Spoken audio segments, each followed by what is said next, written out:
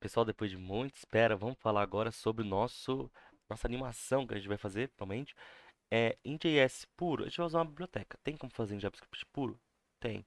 É desnecessário, visto que a gente tem tanta biblioteca pronta que vai fazer isso da melhor forma possível. Se você quiser ver comandos de JavaScript puro, eles funcionam muito semelhantes a esses aqui, mas você vai ter que ficar mexendo aqui, mexendo lá. Vamos usar a biblioteca, que é ela, JavaScript, toda feita aqui para você. A que eu achei mais fácil de trabalhar é essa GreenSock aqui. Tem outras, milhares de bibliotecas, você fique à vontade, ou faça em JavaScript puro. Os comandos, você pode acessar aí Animation JavaScript e ver na documentação do próprio JavaScript o que ele usa para fazer essa animação, mas é muito semelhante tudo, tá bom? E essa daqui a gente vai conseguir fazer em menos tempo, que é o legal. Primeiro, a gente precisa do CDN dessa biblioteca, né?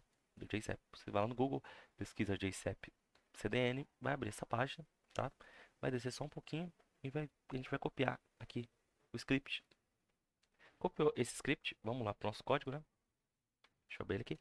Lá no HTML, ó, lá no final. Tem que ser antes do nosso script. Por quê? Porque o nosso script vai usar dessa biblioteca. Então, se a gente colocar o nosso script primeiro e depois a biblioteca, ele não vai achar, entendeu? Porque ele vai ser invocado primeiro e vai dar um erro. Pô, não achei as palavras que você está tentando me falar aqui. Colei aqui a biblioteca, copiei lá e vamos pro nosso app TS começar nossas animações. Primeira coisa que eu vou passar para vocês é o JZap2, tá bom? Cuidado com o autocomplete, tá? Então, sai fora aqui do autocomplete. Opa, mesmo assim ele foi teimoso. Ô, meu pai, é hoje. JZap. Nossa, eu não quero nenhuma decepção. Não é essa aqui, tio, tá bom? Esse tio, como é que funciona? É uma ação única e que ela não começa de um lugar e vai pro outro. Não, ela é uma ação única, ela vai ocorrer e ponto, tá bom? E ela vai ficar eternizada ali. A gente vai colocar, para exemplo, primeiramente para vocês aqui, tá? Eu vou mexer no nosso container de texto lá e eu quero que quando essa animação comece, ele saia do ponto zero que ele está no Y, né? E vá para o ponto 100. E que a opacidade dele, ela vá para zero. Ou seja, ele vai ficar totalmente transparente, invisível para gente. E que a duração desse efeito seja feita em um segundo. Pessoal, se a gente vai fazer em JavaScript puro, a gente teria que movimentar essa nossa animação pelo espaço. Então a gente faria algum código para alterar o CSS, tá? Para ele, para a posição do top dele e do estado atual para mais 100 para baixo. A gente teria que aumentar a opacidade do CSS, fazer algum comando que jogasse para o CSS alterar também a opacidade dele e criar uma duração aí de tempo. Isso aí daria para a gente fazer no próprio código ali de JavaScript, sem precisar alterar no CSS nem nada, tá bom? Mas esse aqui é um exemplo usando uma biblioteca e assim ela já fica feita. Te dá um Y, que já faz para você a movimentação desse objeto na linha vertical Y. Bom, a opacidade dele ele já altera diretamente aqui. E a duração, um segundo. O que vai acontecer com o nosso texto? Vou falar antes de mostrar. Ele vai descer 100, né? E vai ficar invisível. E a duração, um segundo. Vamos ver lá. Deixa eu colocar aqui na nossa animaçãozinha. Já está invisível porque ele aconteceu na hora que a gente foi. Vou dar um recarregar aqui na página. E ó, em um segundo o nosso texto desapareceu. Como a gente colocou aquele overflow aqui, hidden, tudo que ele passa da caixa ele acaba sumindo mesmo. Então quando ele termina de ficar na posição 100, ele some. Esse foi o primeiro comando que eu ensinei para vocês. Mas a maioria dos comandos não é legal quando você controla as duas pontas, onde ele começa e onde ele para. E aí sim, vamos começar a falar um pouquinho. Vou deixar comentado aqui pra gente só saber que a gente usou. Vamos conversar um pouquinho sobre o JZap from to, que é de onde para onde, tá bom? Então, JZap, dá um ESC para sair desse autocomplete. From to. Ele funciona muito parecido com o JZap to ali, mas a gente vai pegar o mesmo elemento de texto, tá bom? Aqui a gente está usando as próprias classes, se você observar, que a gente pegou lá. A classe texto. Não esqueçam do ponto, porque é uma classe, tá? Então, toda vez que a gente está falando de classe, usem um ponto. E a opacidade dela vai começar em zero, que é a primeiro jogo de chaves que a gente abrir é onde começa e o segundo jogo de chaves que a gente abrir é onde termina, como vai ser o resultado, tá bom? Eu quero que ele comece invisível, seja zero a opacidade dele, e ele termine, a gente coloca uma vírgula aqui pra gente ficar com o próximo bracketzinho, com o nossas chaves. Eu quero que ele termine totalmente visível, né? Seja um.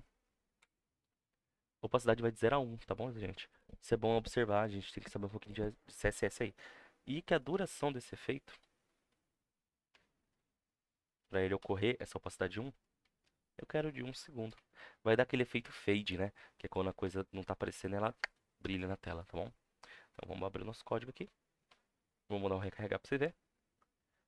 E nós temos aí nossa animação do nosso texto, como se ele estivesse piscando aí, mas é o efeito fading famoso aí. Tudo bem? Se a gente aumentar para 2 segundos, se a gente aumentar... A gente poderia fazer movimentação? Podemos e vamos fazer, tá bom? Vou comentar aqui também pra gente ir pra próxima linha, mas vou copiar ela aqui inteira, porque a gente vai mudar pouca coisa, tá bom? Vamos lá, no texto ainda, na opacidade 0, eu quero que ele já comece lá embaixo.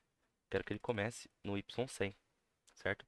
E que antes dele acabar, né, a opacidade aqui, antes dele acabar, eu quero que ele venha de volta pro Y0, vírgula aqui, e a duração ainda é de 1 segundo. Então, se a gente mudar lá, nosso texto bonitinho, ó, vem de baixo para cima e fica dando um efeito fade ainda pra gente, né? Já começamos a dar uma animada no negócio aqui. Próximo que a gente vai passar para vocês é, deixa eu pensar, um outro efeito muito similar, é a gente diminuir aí, chegar em outros. Vocês podem trabalhar também com biscoito dessa forma, tá bom? Então vocês teriam que movimentar o biscoito, né? Vamos copiar aqui. Acho que a gente vai mexer no biscoito. E agora, olha que legal, a gente vai começar no X50, acho que 50 dá pra fora, certo? Então passar de 0 e ele vai vir até o X. Não, aqui é menos 50 porque ele tá vindo da esquerda. Menos 50 e ele vai vir até o X0. Vamos ver como é que ficou nesse teste aqui. É um teste improvisado. Nosso biscoito aí, eu vinho. Mas professor, e então eu vou ter que ficar criando. Como é que eu vou criar? Porque se eu colocar vários elementos, o que acontece se eu colocar esse elemento junto com esse elemento? Como é que ele funciona? Fica esse negócio aqui, mas, gente, tem uma forma melhor de fazer isso. De, por exemplo, a professora queria primeiro que eu viesse a política aqui, depois o biscoito. Aí a gente teria que trabalhar com o conceito. Deixa eu ver se eu ainda tenho tempo para falar com vocês. Tem que controlar o tempo por causa dos vídeos do YouTube, né? Porque não deixa subir vídeo maior que 15 minutos. Tem que trabalhar o conceito de timeline, tá bom? O que que seria esse timeline? É a gente criar o que acontece depois, antes, entendeu? Para isso, a gente teria que criar uma constante na timeline, informando para ele quanto que dura cada procedimento, né? Então, eu vou criar uma constante aqui, timeline, ou linha do tempo. Vamos colocar em português, tá tudo em português, né? Linha do tempo. Linha do tempo. Fica grande o nome, mas é autoexplicativo, né? A gente chama o JZap de novo. E a gente informa que a gente vai usar o timeline dele. E a gente vai configurar esse timeline, tá bom? Então, por padrão, a gente vai configurar os defaults, os padrões dele. Default, como é que escreve defaults? Defaults, assim. Pronto. E a primeira configuração que a gente vai fazer é da duração. A gente vai mexer só numa outra configuração depois, mas se vocês quiserem pode olhar um pouquinho da documentação do JZap e tentar mexer mais a fundo, né? Eu quero que todas as durações de cada evento que a gente tenha seja de 0,75 segundos, tá bom? Vamos colocar aqui um ponto e vírgula e vamos para a primeira animação, né? Que vai ser do nosso próprio biscoito. Então, já que a gente vai começar a trabalhar com a linha do tempo, a gente não pode mais fazer ele puro aqui do jeito que a gente estava fazendo antes, tá bom? Só chamar o JZap e o from. Não, a gente vai chamar a própria linha do tempo. E dessa linha do tempo, a gente vai utilizar os comandos from to que a gente estava aprendendo. E a gente vai mexer no biscoito. Mais especificamente no container dele, né?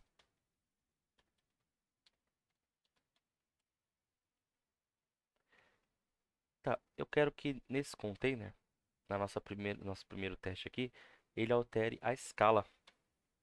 Eu quero que ele comece na escala 0, né? E ele vá até a escala 1. O que que eu fiz de errado aqui? Ah, eu não fechei ali, perdão. É aqui, ó. Pronto. eu tô esquecendo muito do ponto e vírgula, mas perdão. Então, pessoal, vamos abrir aqui o teste, né? E ó, o nosso containerzinho, né? Ele tá durando 0,75 segundos, né? Na timeline. E tá abrindo assim como se ele viesse até nós. Mas na verdade ele começa em escala 0 e indo pra escala 1. E tem o tempo para ele ocorrer isso.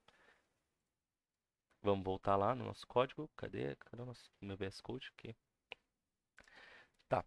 Agora, vamos imaginar que além disso, a gente quer que na sequência disso, na linha do tempo, ainda bem que ele automaticamente, a gente vai fazer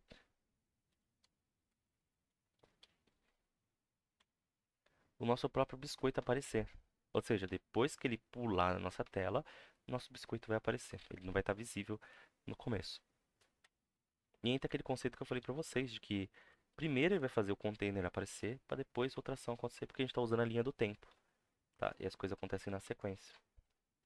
O opacity aqui vai ser 0 e ele vai até o opacity.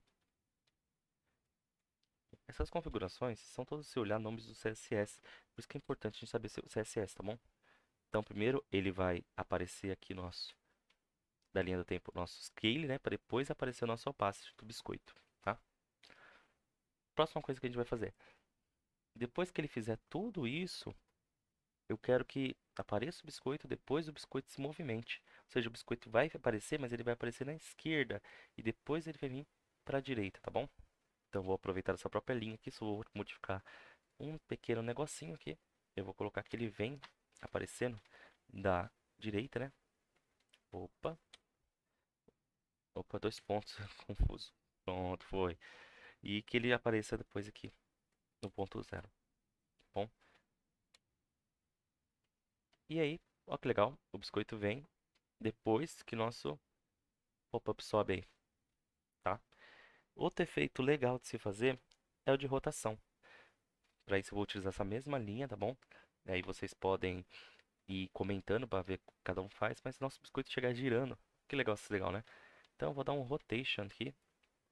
Ele, a rotação dele termina no 0, né? Eu comecei de trás para frente, não sei porquê. Mas a rotação dele termina no 0 graus, degrees. Escrevi errado, é entre parênteses, entre aspas, certo? E aqui a rotação dele, ele vai iniciar ela em 45 graus, em menos 45 graus, tá? Vamos ver como é que ficou, vai ficar um efeito bonitinho.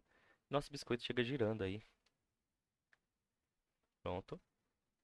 Agora, deixa eu pensar num outro efeito aqui.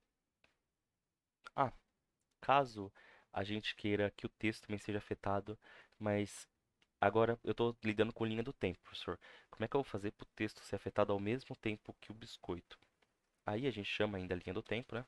Igual está fazendo. Aplica o from to aqui. E nesse caso você quer que seja sincronizado o movimento do texto de propósito. Apesar de a gente estar usando linha do tempo para uma coisa acontecer depois da outra, tem um dos efeitos que você quer que ele seja sincronizado. Então a gente vai colocar o texto aqui, né?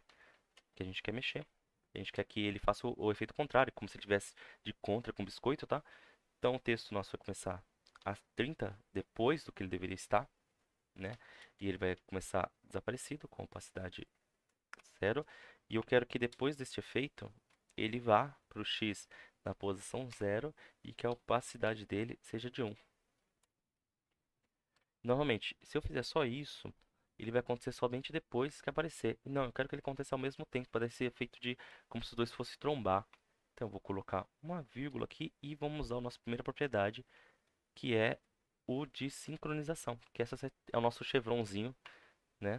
Nossa seta, acento angular, para ele sincronizar o movimento desses dois. Aí, ao mesmo tempo, eles vão ativar. Eu fui dar um Ctrl R da Alt Tab. Com isso, a gente tem uns efeitos já legais para trabalhar. Por exemplo, quando apertar o botão, dá pra gente criar um efeitinho dele pular. Mas por hoje, aí acho que vocês já entenderam a intenção, né? Que é dar uma introdução básica para vocês, porque vai dar 15 minutos já. É isso, pessoal. Agradeço pela atenção e paciência e até a próxima. E o desafio foi lançado. Faz uma animaçãozinha aí para afetar somente os pedaços. O nome desses pedaços é um ID pedaços mesmo, pelo menos a imagem que eu utilizei. Eu vou tentar deixar ela disponível aqui para vocês baixar. Até a próxima e falou!